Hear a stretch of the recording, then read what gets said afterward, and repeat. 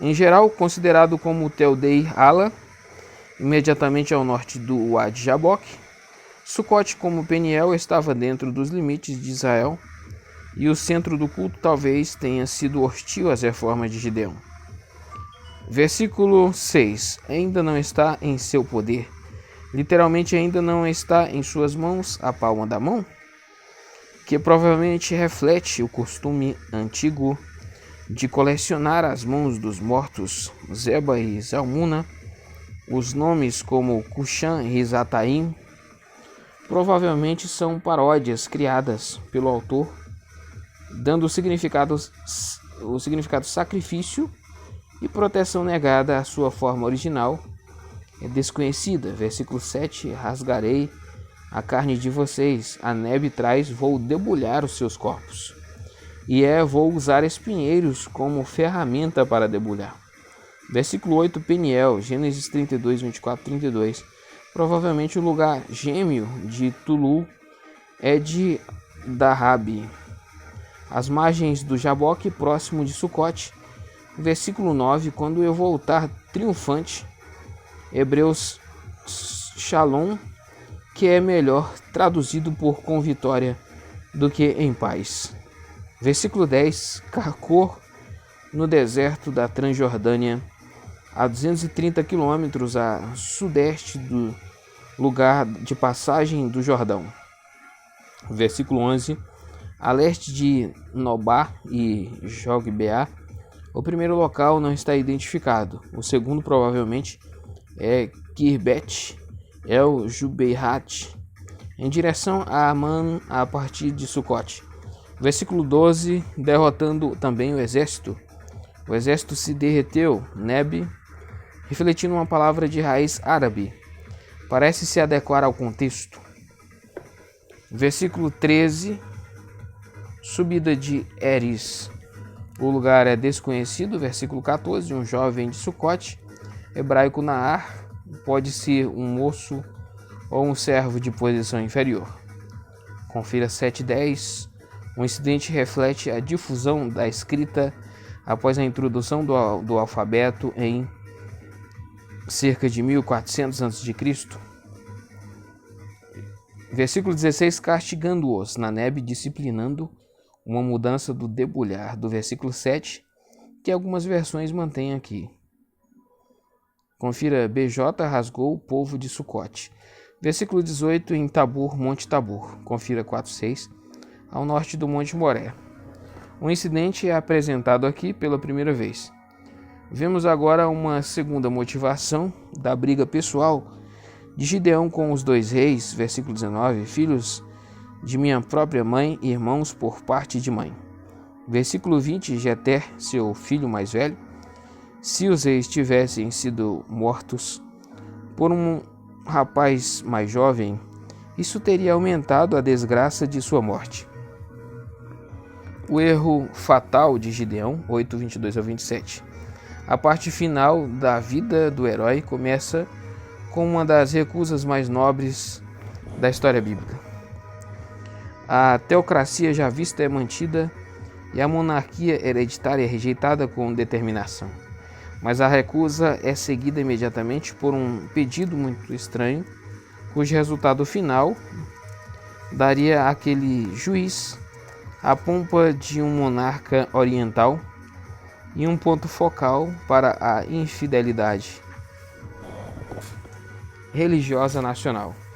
O manto sacerdotal transmitiu a algumas pessoas da própria família de Gideão ideias da monarquia que o seu pai havia recusado, enquanto entre o povo suscitou sentimentos mais bem satisfeitos pela prática religiosa cananeia.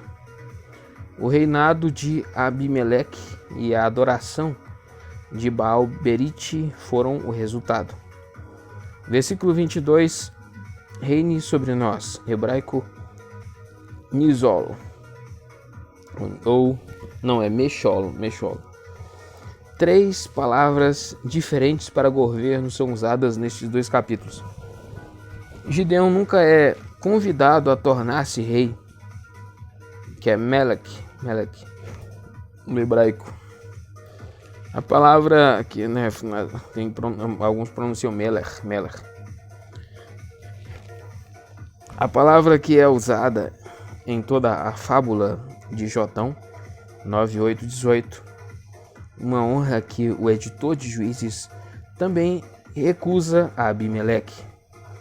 Versículo 24, ismaelitas, tanto midianitas quanto ismaelitas, reivindicavam com descendência de Abraão por meio de mulheres diferentes, ismaelitas e midianitas na história de José, Gênesis 37:25. Versículo 26, 20,5 kg, ver nota de rodapé da NVI. Versículo 27, fazer um manto sacerdotal, uma parte da vestimenta do sacerdote, onde eram afixados o urim e o tumim. Outros textos que tratam do manto sacerdotal como um item da vestimenta são 1 Samuel 2:18 e 22:18. E 2 Samuel 6:14, menos claro é este versículo, e Juízes 17:5 e 18, do 14 ao 18, em que algum tipo de imagem fundida está em questão, usando os sinais do Gideão e as consequências. 8 do 29 ao 35. O resumo da família de Gideão serve também para introduzir o incidente de Abimeleque. Os 70 filhos são contrastados com aquele único filho da concubina. Baal-Berite é apresentado, e ainda mais adequado é o comentário no versículo 35. Não foram bondosos com a família de Jerubaal, uma violação da fidelidade pactual ilustrada no capítulo 9, e o tema da fábula de Jotão, versículo 29, foi para casa. Provavelmente estabeleceu a sua própria unidade familiar, talvez após a morte de Joás. Versículo 31, concubina que morava em Siquém, além das muitas esposas, o que em si já é um sinal das pretensões de Gideão à realeza. Ele ainda mantinha uma concubina numa cidade distante. Abimeleque, meu pai é rei. Tentativas de encontrar uma divindade pagã no segundo elemento não são convincentes. Meu pai talvez seja uma referência a Javé ou a Gideão. Versículo 33, Baal-Berite, o Baal da aliança associado com um santuário em Siquém, Josué 24 e Juízes 9:4. Essa divindade talvez tenha combinado elementos israelitas, javistas e cananeus. Versículo 35, bondosos, Aneb traz lealdade, o que expressa o aspecto do hebraico Resed. 2. O período do declínio de Abimeleque, a sanção 9:1, do 16 ao 31. Na parte final da carreira de Gideão, já percebemos claramente as sementes do declínio, embora colocada no pano de fundo desde Abimeleque até o epílogo. A questão da monarquia, em que o período dos juízes iria finalmente tropeçar, já foi introduzida de forma clara e problemática. A avaliação inicial é negativa, uma perspectiva que exige mudanças mais tarde. O que causa mais danos imediatos é a renovação do sincretismo religioso. Dessa vez, dentro da família de um dos libertadores. Se o herói cai nessa armadilha, 8:27, o que será da massa inconstante? O terceiro fator do declínio é a presença contínua de forças não israelitas, mas os verdadeiros problemas são internos. Em dias de divindade interna, o povo de Deus nunca precisa temer o inimigo externo. Essa certamente é a lição dos períodos de descanso. Juízes 3:7, 8:28. Ao contrário, numa época de decadência interna, pouco se pode fazer de forma eficiente para combater a influência estrangeira. Nesse período de declínio constante, somente 2 juízes libertadores aparecem, ambos personagens sombrias e questionáveis. Os juízes menores, de quem pouco sabemos, parecem fornecer o pouco de estabilidade que o período possui.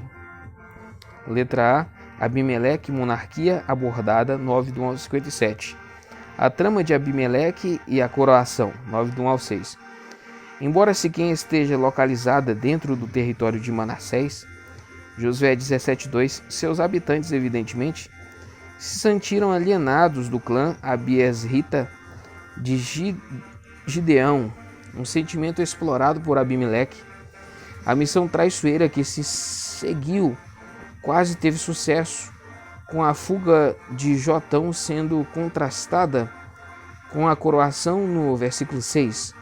O reinado de Abimeleque, embora provavelmente limitado em escopo às imediações de Siquém, e que somente Arumá e Tebes são mencionadas, foi um afastamento definitivo da monarquia ideal de Javé, e como tal é retratado com grande evidência na narrativa. Versículo 1, Siquém.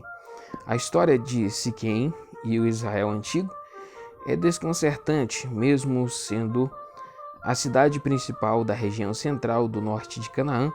Não temos o relato de sua conquista em Josué, e mesmo assim é o cenário da renovação da aliança em Josué 24. Com base no relato bíblico e com a confirmação da história arqueológica do local, Tel-Balata, a leste da atual Nablus, podemos pressupor uma ocupação cananeia contínua ou mista até a Idade do Ferro, à luz do qual as ações da cidade se tornam claras. Versículo 2: Perguntem a todos, sussurrem.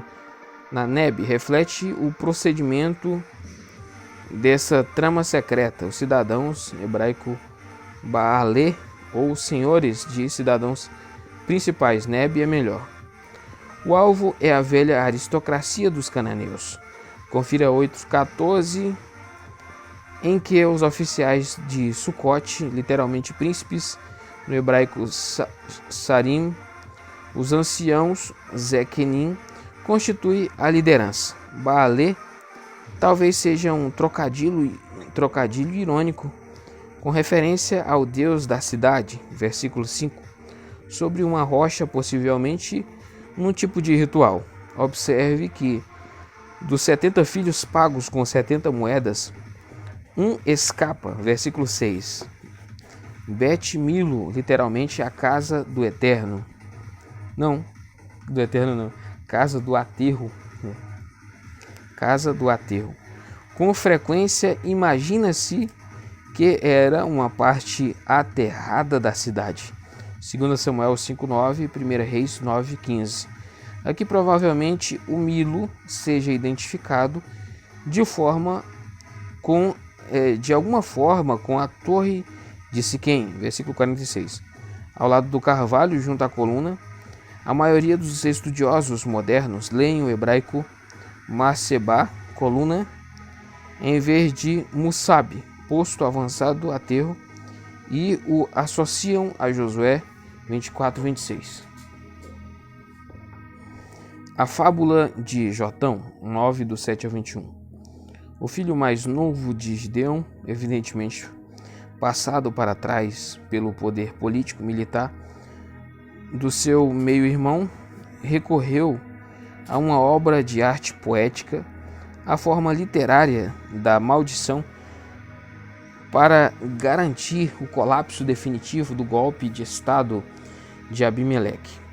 O seu desafio aos homens de Siquém sugere que a afirmação de que eles se comunicavam com Deus era condicionada ao fato de darem à sua fábula um mínimo de atenção. A fábula é de fácil compreensão no seu sentido básico. Qualquer árvore com uma função útil na natureza estaria ocupada demais para dominar sobre as árvores.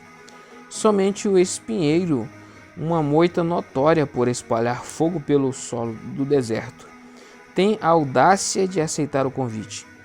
O retrato é ridículo. A árvore, que não consegue prover nenhuma sombra, se oferece para ser sombra Para as outras, aquela árvore que não tem nenhuma função se considera melhor do que os seus irmãos. Mas há também um aspecto mais sutil. No versículo 15, o espinheiro diz: se querem realmente ungir-me rei sobre vocês, venham abrigar-se à minha sombra. Do contrário, sairá fogo do espinheiro e consumirá. A RSV traz se de boa fé. No versículo 16 está a expressão com sinceridade. Essa é a questão crucial do reinado de Abimeleque, pois, iniciado de fato de boa fé, para Jotão, no entanto, a falta de fé não é em relação a Abimeleque, mas se refere à quebra da confiança já demonstrada com a casa de Gideão, 8:35, desenvolvido em 9:16-19. O contraste elaborado de forma inteligente na parábola assegura que a bênção oferecida por um ato de fé será colocada lado a lado com uma maldição implicada pela violação da fé. A maldição é colocada na boca do espinheiro Abimeleque, embora o ponto de referência dele para a boa-fé seja diferente, visto que a fé já havia sido violada com Gideão e sua casa, a maldição e suas consequências eram inevitáveis. Versículo 7. Topo do monte Gerizim, Boling AB, sugere a ruína de construções antigas do período Bronze Médio sobre um promontório a 400 metros da cidade, como um púlpito adequado. O verdadeiro topo do monte Gerizim, o monte da bênção, Deuteronômio 11:29, não pode ser visto da cidade. Versículo 8. Ungir um rei, seja o nosso rei. Vê comentário de 8:22. Versículo 15:16. Se querem realmente, será que vocês agiram de fato com sinceridade, foram justos com Jerubaal e sua família, como ele merecia? Todos esses termos trazem a conotação pactual. Versículo 17. Meu pai, hebraico Abi, repetido no versículo 18, em forte contraste com a herança reivindicada de Abimeleque. Meu pai é rei, cujo nome aparece com frequência na narrativa. Versículo 18. De sua escrava, no hebraico Iamá, uma mancha na posição da mãe de Abimeleque. Versículo 19. Alegrem-se. A mesma palavra de bênção é usada no versículo 13, que alegra os deuses. Somente uma árvore útil, um rio legítimo, poderia conceder essa generosidade. Versículo 20. Que saia fogo. O fogo devora das duas direções, assim como ambos, Siquém e Abimeleque, violaram a aliança e a fé. Versículo 21. Bir, um nome comum que significa poço, local desconhecido. A maldição se cumpre, Abimeleque versus Siquém. 9 do 22 ao 57. Essa seção longa, que contém diversos elementos e atividades, é ligada pelo versículo 23 no início e pelos versículos 56 no final. Embora a maldição tivesse sido iniciada por Abimeleque e os homens de Siquém, ao jurarem falsamente a boa-fé, e articulada por Jotão e a sua fábula, é Deus quem leva a maldição ao seu cumprimento. Assim, tudo o que aconteceu entre Abimeleque, os habitantes de Siquém, Gaal, filho de Ebed, e a cidade de Tebes é simplesmente uma retribuição divina para o crime do embusteiro, a recaída da maldade sobre os homens de Siquém. A interação sutil entre causas primárias e secundárias é uma das características distintivas da historiografia bíblica, em que nenhuma delas é negada. O fogo sai de Abimeleque e dos homens de Siquém, mas é Deus que envia um espírito maligno que os coloca uns contra os outros. A trama inicial é frustrada. Versículo 25. Em virtude de um informante. A essa altura, Gaal, filho de uma escrava, parece explorar o mesmo argumento acerca da lealdade filial que havia originariamente servido à causa de Abimeleque. Se um pedigree parcial é uma credencial suficiente, o que dizer de uma linhagem que remonta a Amor? Gênesis 33, 18 e 34, 18. A segunda trama também está condenada em virtude de um informante.